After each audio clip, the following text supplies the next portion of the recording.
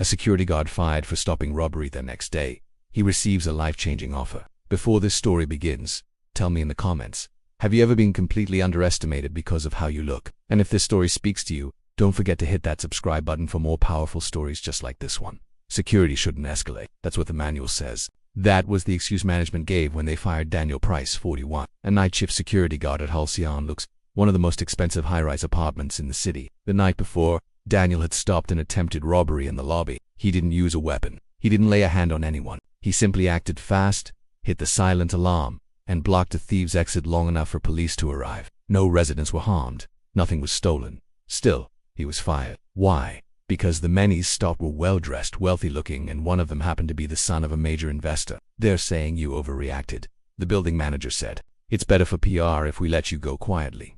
So they did. No thank you. No reference letter. Just a box and a silence that stung.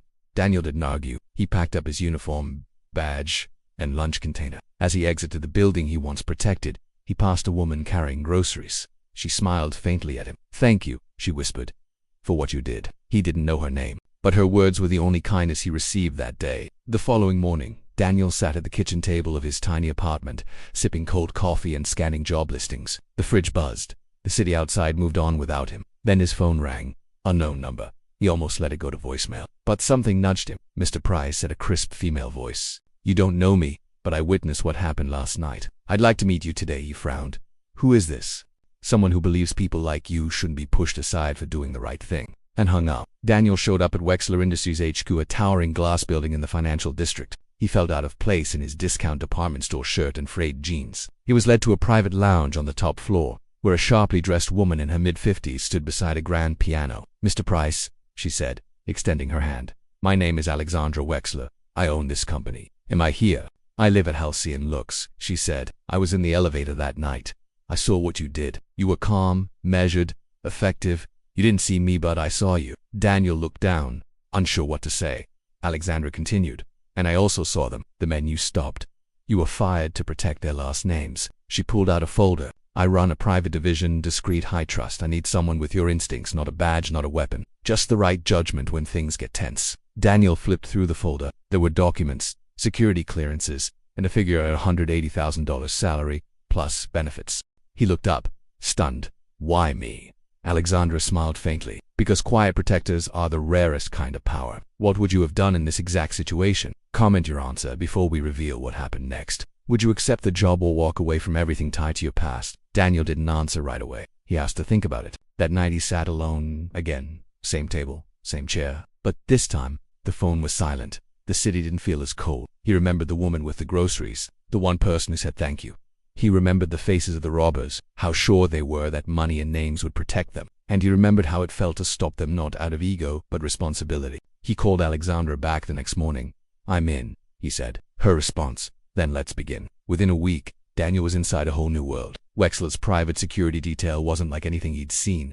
It wasn't about brute force. It was about intuition, presence, and trust. They protected clients during business deals, travel, even personal transitions. But the real twist. One of Daniel's first assignments was to supervise internal fraud investigation at Halcyon Lux, the very place that fired him. He entered the building not as a guard but as a liaison of Wexler Intelligence, wearing a new badge, tailored suit, and quiet authority. The building manager's face turned pale when he saw him. Daniel didn't say a word. He didn't need to, because this time, silence spoke volumes. Daniel's return to Halcyon Lux wasn't dramatic, but it was poetic. Gone was the gray security uniform. Now, he wore a dark tailored suit, Wexler Intelligence credentials clipped to his chest. He walked the same marble floors that had once squeaked under his second-hand boots. This time people moved out of his way. His job was simple on paper. Audit building surveillance, review recent incident reports, and quietly investigate rumors of internal fraud within the management company. But Daniel knew this was deeper than missing numbers. Something had always felt off, and on his second day back, he found it. While reviewing closed-loop surveillance logs from the night of the robbery, he discovered that 2 cameras had been manually shut off 10 minutes before the thieves entered. Not failed disabled, only someone with internal clearance could have done that. And there were only 2 people with that level of access. The building manager and his assistant, Travis Langan. Daniel remembered Travis well, young, cocky, always texting in the lobby and taking calls like he owned the place. Daniel cross-checked phone logs, badge swipes, and internal emails. That's when it all snapped into place. Travis had let them in, but he hadn't expected Daniel to stop them, And when he did, management silenced him to protect Travis's connection to a powerful investor. Daniel compiled the evidence, encrypted the files, and called Alexandra. "I have something you need to see." Alexandra reviewed the files in silence, her expression unreal. "Do you have proof this goes higher than Travis?" she asked. Daniel nodded. "Travis didn't act alone. There's a transaction that links him to the son of Gregory Kane, one of the tower's biggest investors." Alexandra leaned back, eyes sharp. "Of course, Gregory's family has owned parts of this city for decades. That boy has walked out of 4 incidents without consequence. We're going to change that." The plan was simple. Beta second move. Daniel returned to Halcyon looks and let it leak subtly that security was reviewing old records. That something didn't add up. The reaction came fast. Travis called out sick. Gregory Kane's son, Tyler, suddenly withdrew his monthly rental payment. Massive red flag considering he lived in the penthouse. Then, one night, the system pinged an unauthorized login attempt. Someone was trying to erase old footage. Daniel, waiting in the server room, traced the IP in real time. Travis, he was in the building. Daniel moved fast. He intercepted him in the elevator. Calm, collected. Travis tried to lie. Daniel opened his phone and showed him the live trace, the footage, and the timestamps. "You can come quietly," Daniel said. "Or you can go viral. Your choice." The fallout was swift. Travis was arrested. Tyler Kane was publicly named in the fraud cover-up and quietly removed from 3 board seats across the city. Halcyon Looks issued a formal statement of apology mentioning Daniel by name, but he didn't want the spotlight. Instead, he requested that the apology be printed as a letter, posted in the lobby where every tenant could see it. The final line read, "Sometimes, the people you overlook are the ones holding everything together." Later that week, the woman who had thanked him, the one with the groceries, approached him again. Her name was Ms. Adisa, a retired teacher. "I knew you'd come back," she said, smiling. "I told them that firing you was a mistake." Daniel chuckled softly. "Guess we both knew something they didn't." She patted his shoulder. "Kindness doesn't go unnoticed, son. It just waits for its moment." Daniel kept working at Wexler, eventually building a small team of former guards, night workers, and veterans, people who had been overlooked. Together they created something rare, a security agency built on Arnanaut titles.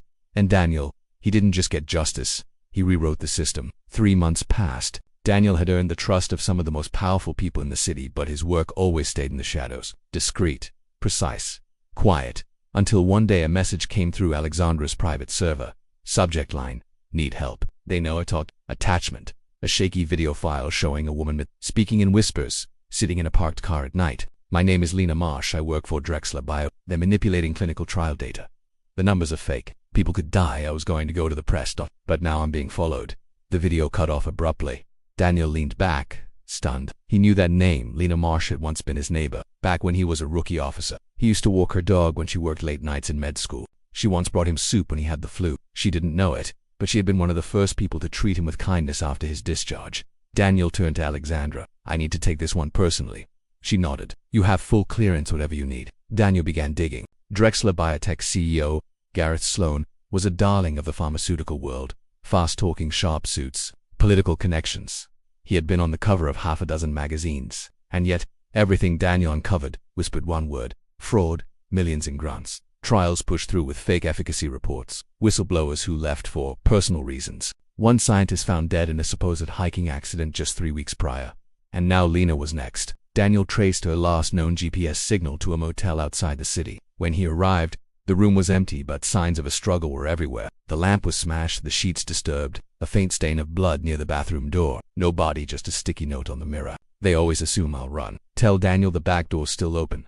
Daniel stared at the message. Back door, his mind flashed. Years ago, Lena had shown him how to hide encrypted data behind seemingly innocent files. A trick she called the back door. He raced back to headquarters and scanned the email she had sent again. There it was, a hidden zip file embedded in the metadata inside. A full audit of Drexler Biotech's trial data. Names, bribes, internal emails, medical manipulation so deep it could bring down the company if it ever saw daylight. Daniel called Naomi Lynn, Alexandra's discreet contact in the press, the same woman who once helped expose corruption at Hut. "We can't just release this," she said. "They'll spin it. Say she was a disgruntled employee. You need more." Daniel agreed. So he made a move. Lena never could. He went to Sloan himself. Undercover, wearing wire. In a quiet rooftop bar overlooking the skyline, Daniel posed as a disgraced ex-cop turned fixer. "I've got files you'll want to make disappear," he said. Sloan smirked. "You want money?" Daniel shook his head. "I want insurance. If this story drops, I go down to, I want out. A golden parachute." Sloan leaned in, smug and confident. "Then we'll do it the Drexler way. Quiet, Permanent. Daniel smiled.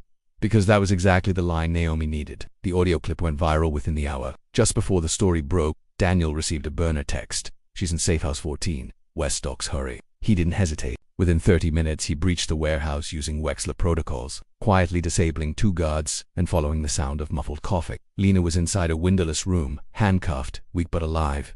When she saw him, she smiled faintly. I knew you'd find me, she whispered. You left the back door open, he said. He lifted her up, arm around her shoulders. Let's go home. The Drexler scandal shattered headlines the next morning. CEO caught on tape, ordering silence a whistleblower. Faked trials confirmed FBI opens criminal investigation. Garrett Sloan was arrested mid-flight. Trying to leave the country, Drexler's stock plummeted in Lena. She testified before Congress. Daniel sat in the gallery, arms folded, listening as the woman who once brought him soup calmly dismantled the lies of a billion-dollar empire. When the hearing ended, she walked straight to him and hugged him tightly. I owe you my life, she whispered. He shook his head. You were the brave one. I just followed the trail you left behind. Weeks later, Daniel returned to Wexler HQ, now more respected than ever but still humble. He passed a new recruit in the lobby, fumbling with a folder. First day, Daniel asked. Yeah, the young man nodded. I was working mall security last month. Can't believe they hired me. Daniel smiled, clapping a hand on his shoulder. They didn't just hire you. He paused, then added. Don't ever forget the world may overlook us, but it's our quiet decisions that hold everything together. Later that evening, Alexandra approached Daniel with a file in hand. I want you to lead a new program, she said. A division built to protect people like Lena. Journalists, activists, whistleblowers were calling it. She paused. The Quiet Guard.